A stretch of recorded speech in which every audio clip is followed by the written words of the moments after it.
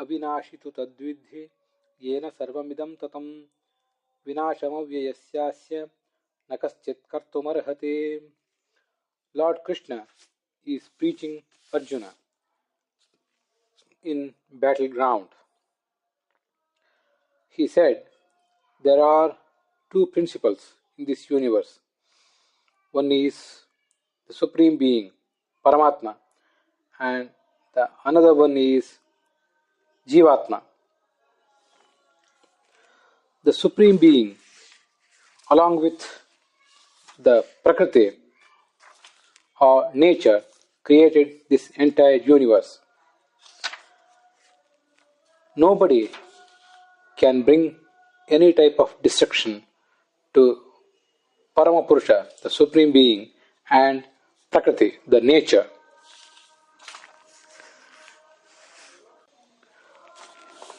The Paramapurusha is nothing but Lord Narayana, and Prakriti is nothing but Goddess Lakshmi.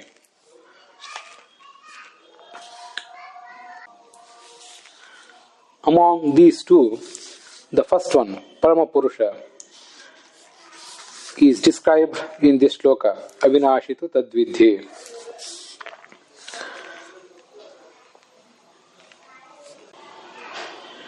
This is totally endless,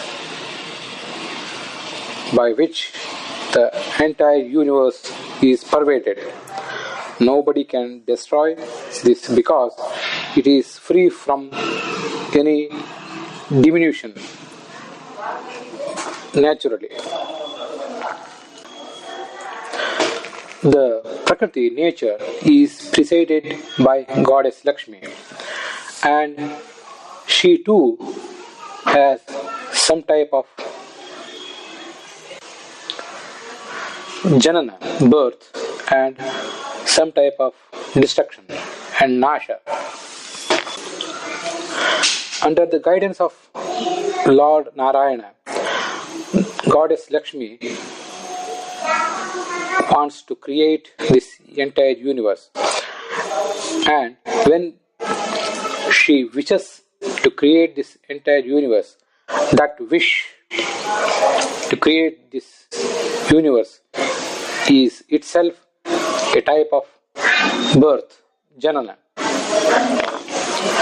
Actually, compared to other souls or jivatmas, she has no janana, birth.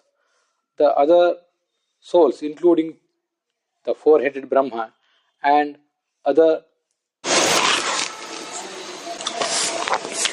men of straw like us, have a complete birth because we are given this mortal body which will be destroyed one or another day.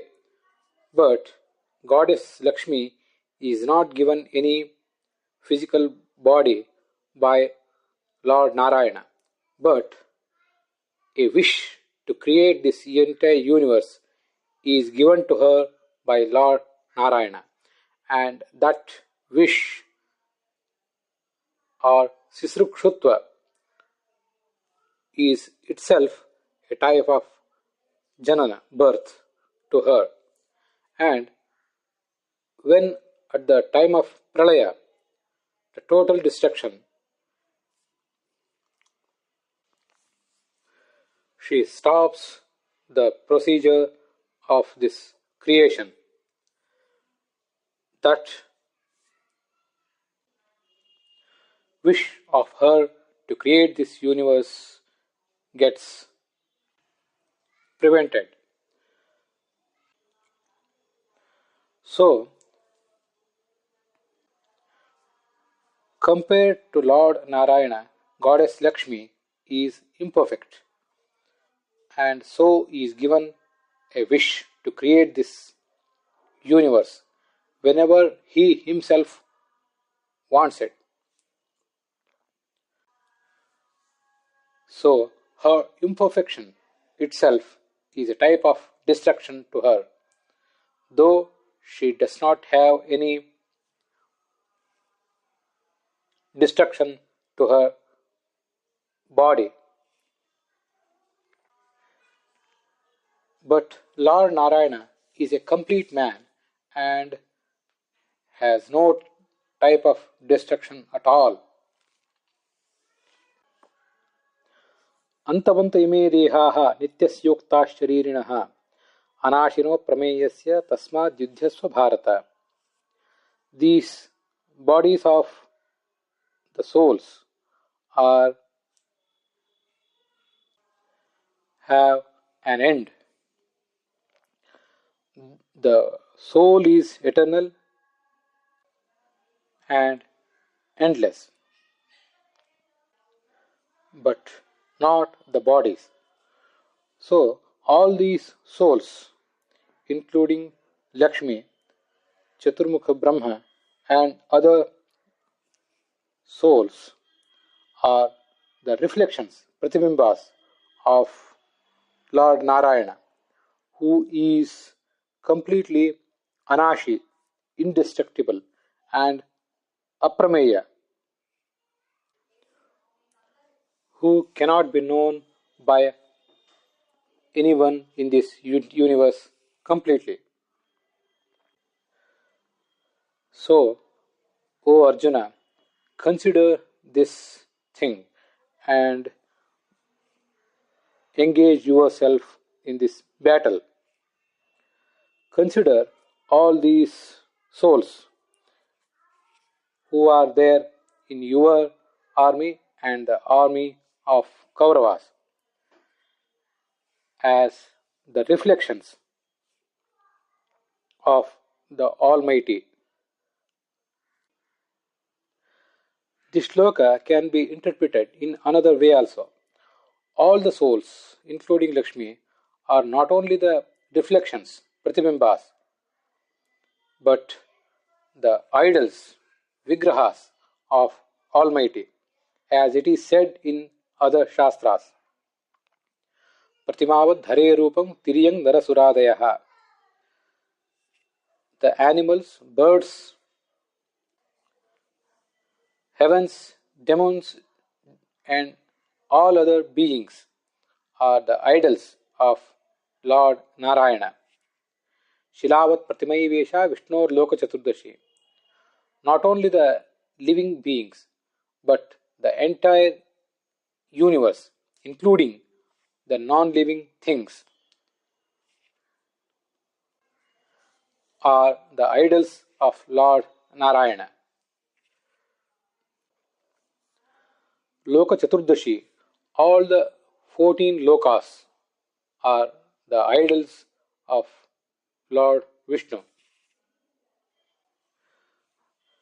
So, Arjuna and all other seekers like us are to consider all the living things and non living things of this universe as the reflections and idols of the Supreme Being. And it is known to all of us that the idols which are installed in temples are of so many types. There are some idols which are manufactured by metal, wood, and stones.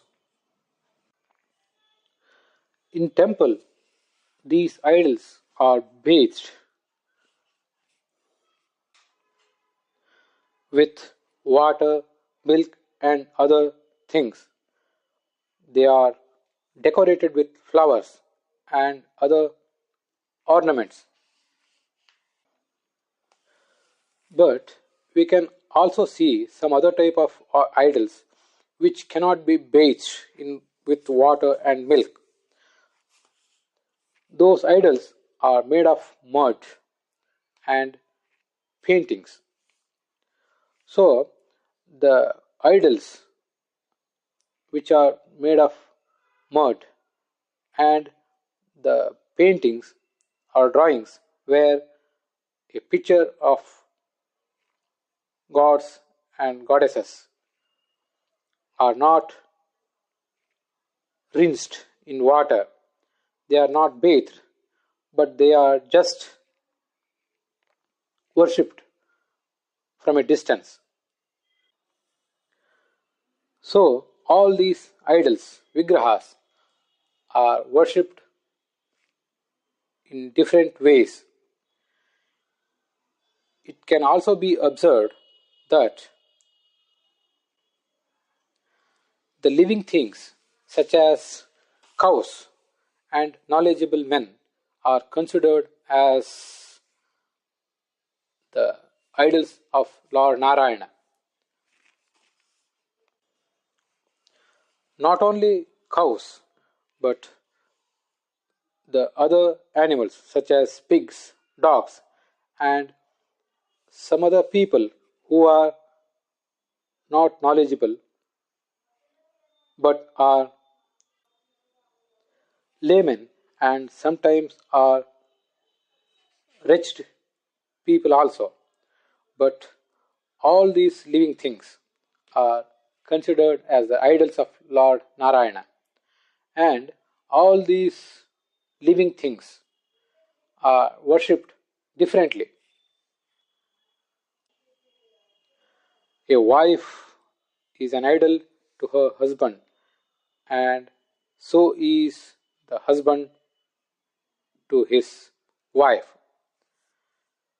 The parents are the idols to their children, and so are the children to their parents. So, everyone in this world, including our parents, our life mates, our children, relatives, friends, enemies, are considered as the reflections, pratibhimbas, and the idols of Lord Narayana. But everyone is worshipped and treated differently. Wife is treated in one way, and in another way, the daughter is treated and worshipped. Though both daughter and wife are equally the reflections and idols of Lord Narayana. It is known to all of us. The parents are worshipped and treated differently, and the kids are treated in another way.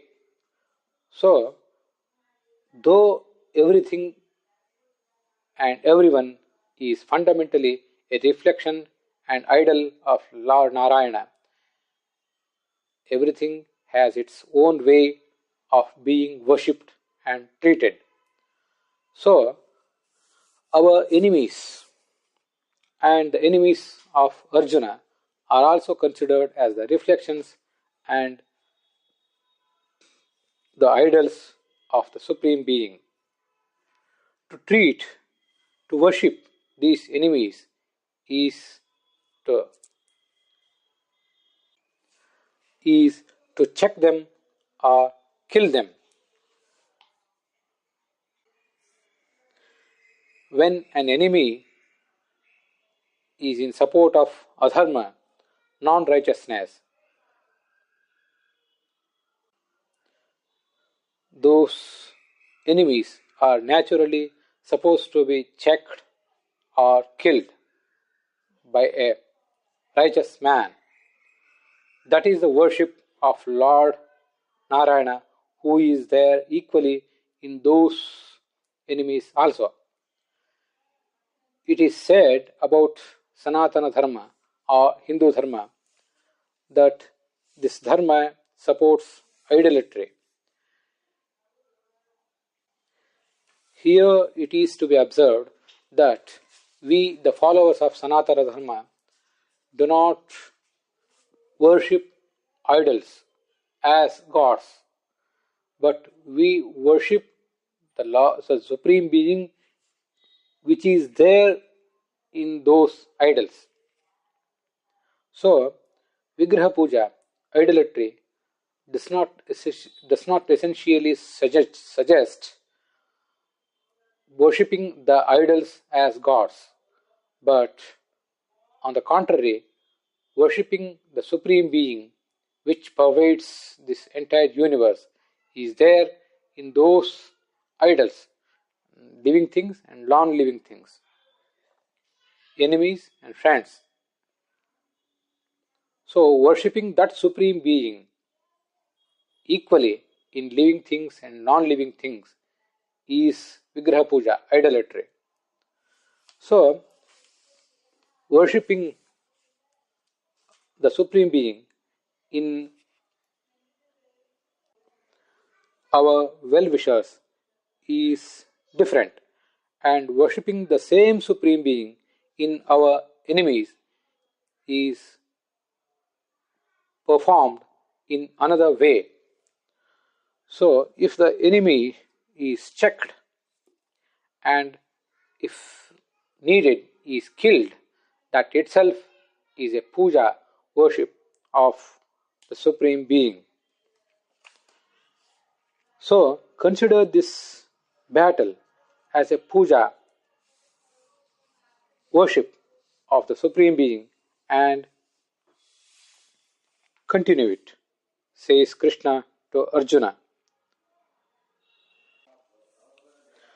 ययेनं वेत्ति हन्तारं यश्चैनं मन्यते हतम् उभौ तौ न विजानीतो नाजं हन्ति न हन्यते.